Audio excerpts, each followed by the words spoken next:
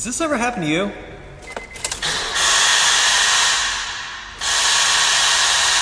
Then you go out, you get a jump, you charge the battery up, whatever, and you come back the next morning and then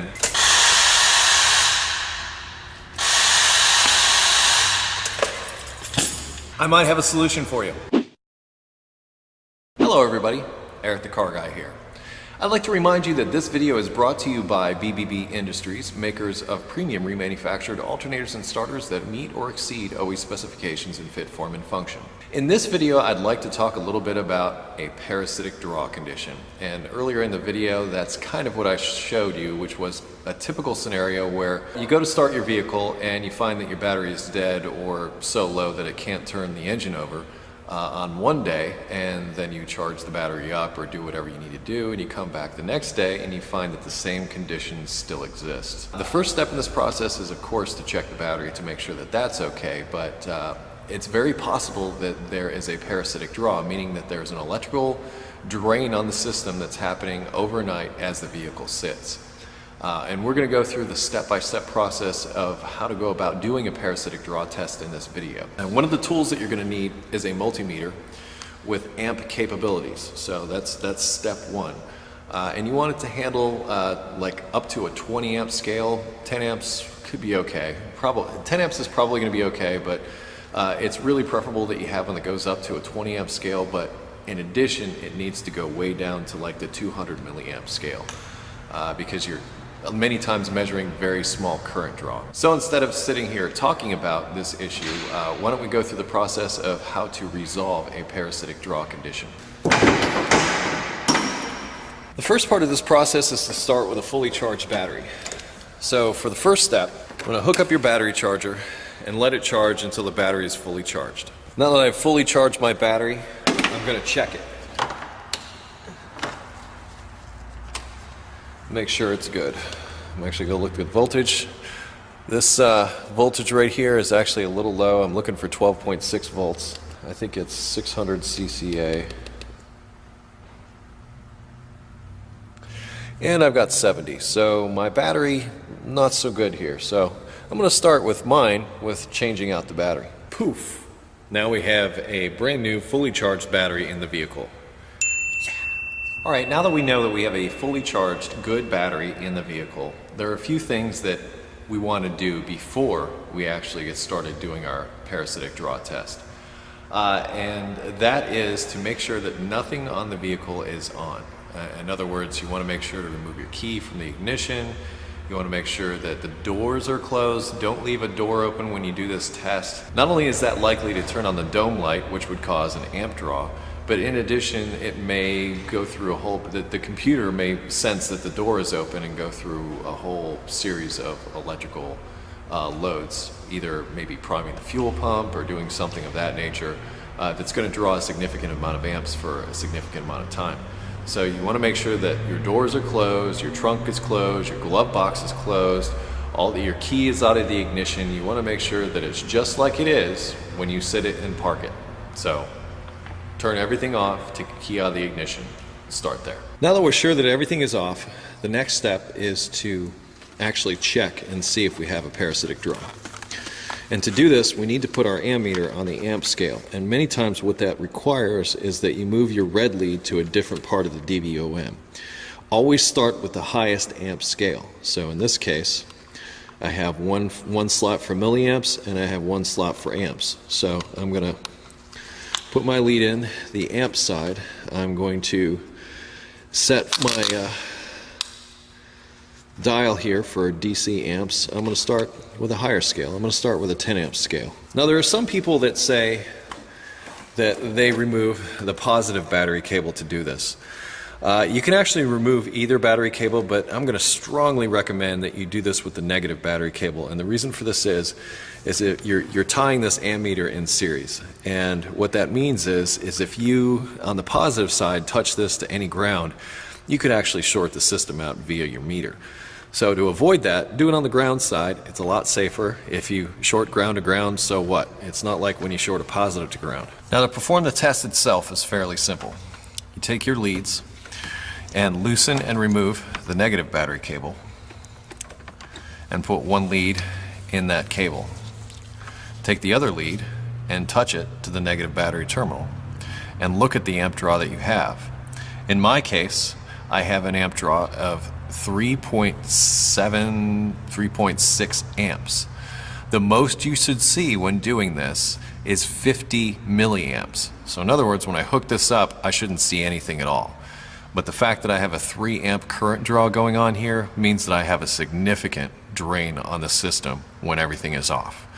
So now it's a question of finding out what is causing this significant amp draw here. Now what I've done is I've taken my leads and just used these little plastic clamps that I've got and clamped them in place so that my meter runs continuously while I go over to the fuse box and start pulling fuses one at a time. When I see the amp draw drop significantly, I know I've found the affected circuit. Now I'm going to start with the underhood fuse box since it's the easiest to see, and that's just right here. And I'm just going to pull the fuses out. Luckily it came with a fuse puller. I'm going to pull the fuses out one at a time while watching my meter for the amps to drop. And if I pull one of these fuses out and I see the amps drop significantly, I know I found the affected circuit.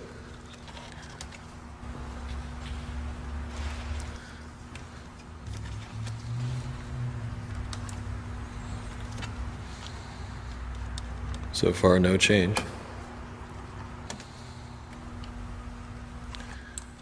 So nothing in the underhood fuse box. Now that we've checked all the fuses in the underhood fuse box, we need to go and check the fuse boxes underneath the dash. There may be more than one. Some vehicles have 2 under dash fuse boxes. Some vehicles have another fuse box in the rear of the vehicle.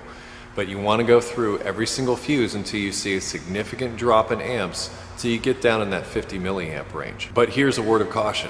Before you open the door to go in and do your testing in there, you want to disconnect your meter because that could put a massive load on the meter itself. Or you don't want to turn the key on, you don't want to try to crank the engine, any of that stuff. Just keep in mind, all the current is now going through your meter.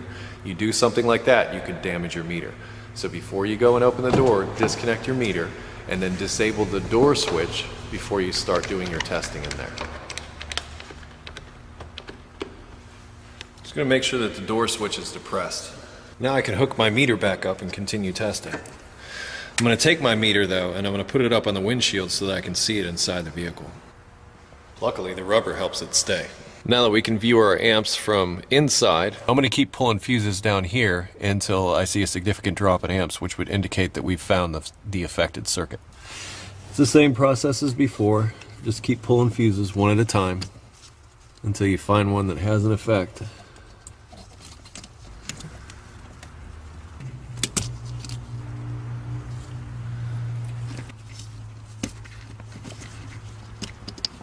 Okay, well we've struck out here, so let's move over to the passenger side and check the fuse box over there. This vehicle is one of those vehicles that just happens to have 3 fuse boxes. And it's the same procedure as before, and then we want to disconnect our meter from the circuit so that we don't damage it when we open the passenger side door. As you can see, I've disabled the passenger side door switch, and I've also moved my meter. So now I'm going to check the passenger side fuse box.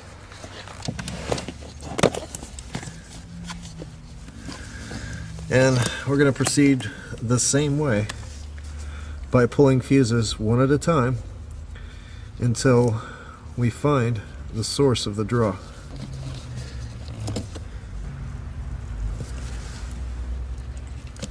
Make sure you push these all the way back in too.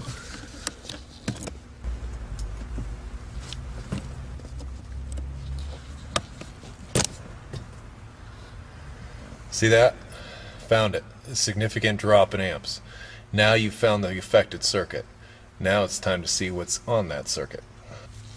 Now I just pulled this 10 amp fuse out from this slot right here, which, if I'm not mistaken, let's see, 10 amp accessory interior light radio is what I got.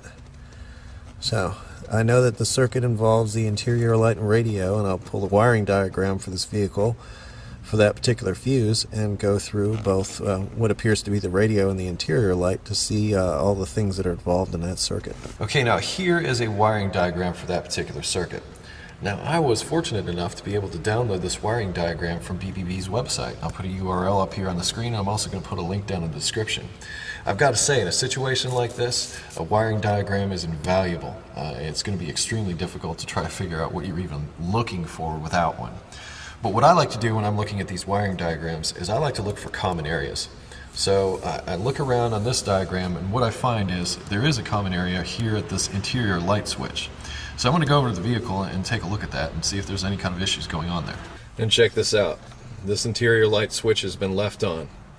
So let's verify that this will get rid of our amp draw and get it down into an acceptable level and turn it off. And then take a look at our amp draw. Sure enough, we turn that switch off and our amp draw goes down to an acceptable level. And now let's summarize a bit and wrap it up. The point of the testing is to use a logical step-by-step process to find your amp draw. Remember to put your meter on the amp setting, start with the highest amp setting before you get started. In addition, when you first hook up those leads, if you see a negative number to start with, just switch the leads around and that should give you the positive numbers that you're looking for. Honestly, in my opinion, it doesn't matter. Do it on the ground side. That way, if you touch anything to ground, it doesn't matter because it's already on the ground side. You're not going to harm any of the other circuits. Don't try to start the vehicle. Don't try to turn on things. Don't try to open doors unless you have it disconnected. If you do and you already have an amp draw, you could actually damage your meter in the process. Which brings me to start with the highest setting. Start with like the 10 or preferably the 20 amp scale and check there first. If you don't see anything on the higher amp scales, switch to further down. Now also keep in mind that if you see no amp draw at all, there should be some because you've got clocks that are on, you've got keep alive memory of the computer. There's going to be some draw in every vehicle. So if you see zero, I'd be suspicious of your meter and your leads. Your meter may have a blown fuse or a blown component inside and it's not able to test amps anymore or something like that, and you may want to get that checked out. But every vehicle is going to draw something, but the magic number to remember, 50 milliamps. Anything above 50 milliamps is considered excessive. Also, on luxury vehicles, they have certain systems that may need to go to sleep before you actually do your testing. You may see a draw of above 50 milliamps for up to a half hour after you shut the vehicle off. Sometimes 20 minutes. You're going to have to consult the service manual to find out exactly for your specific vehicle, but the amp draw may vary and may stay high for a significant period of time until that vehicle goes to sleep. Some vehicles have what is referred to as a proximity key system. And with these systems, what that means is you get close to the vehicle, you don't have to take the key out of your pocket, you just grab the door handle and open it because it knows that you actually have the key for the vehicle. These systems wake up when they see a key that's close to them. So if you have one of these vehicles with this type of system, you might want to take the key far, far away so that it doesn't wake you up during testing. Also, if somebody walks by with a similar key, it might reach out and try to see if that's the correct key or something like that. In addition, the emission system periodically turns on when the vehicle is off in order to do some checks and run some tests. There's any number of things that could cause this amp draw to go above this 50 milliamp mark, especially on luxury vehicles. In addition, if you go to do this testing, if you have, say, an aftermarket stereo or an aftermarket alarm system, these may very well be the cause. In fact, in my experience, more often than not, anything that you add to an automotive electrical system is a potential for a parasitic draw. So if you have a security system or an aftermarket security system, or you have an aftermarket stereo system, particularly one that has like perhaps an amplifier with large cables going to it, that type of thing, suspect those things first and disconnect them from the system. If they have a fuse, pull the fuse on them. If not, pull the power feeds for them. And in the same way that you were looking for a drop when you did the fuses, look for a drop in the amps at that time. If you see a drop at that time, then it's reasonable to suspect that component is there. I have also found situations where doing parasitic draw testing where there was more than one system that was causing a parasitic draw, so they were both contributing to a problem. So be aware of that. But the magic number, remember, 50 milliamps. Anything above 50 milliamps is a significant amount and can drain the battery in an overnight situation. If you find that you have more than 50 milliamps, then yes, you do have a parasitic draw. Also on luxury vehicles and many modern vehicles, you want to wait up to a half hour before you actually condemn that reading and make sure that you really do have a parasitic draw. Some vehicles I've found don't go to sleep, and then you find out why. There may be some logic issue. Maybe there's some other component that's telling it not to go to sleep. Things to look for, things that I've found in the past. This dome light situation, that's one thing to look for, but also like if you have a trunk light, if you have like a trunk pass through, like an armrest in the back seat or something like that, where you can look up in there and see, or I've actually gotten into trunks and had people close the lid on me to see if the light was remaining on at that time. That's something you may not necessarily see, but it's a significant draw. There's sometimes lights in glove boxes that also cause situations like this. Maybe the glove box doesn't shuttle away, and maybe there's a courtesy light that comes on in there that remains on.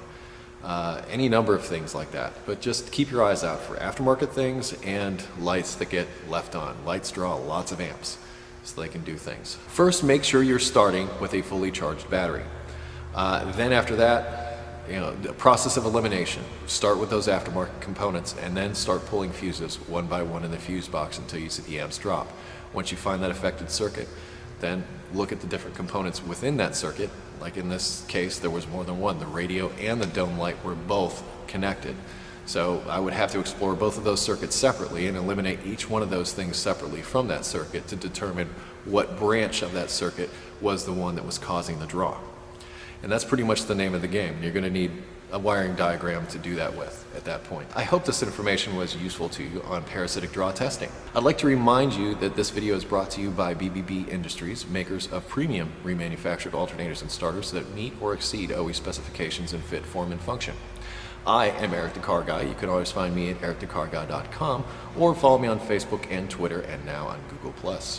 And lastly, I'd like to remind you to be safe, have fun, and of course, stay dirty. See you next time.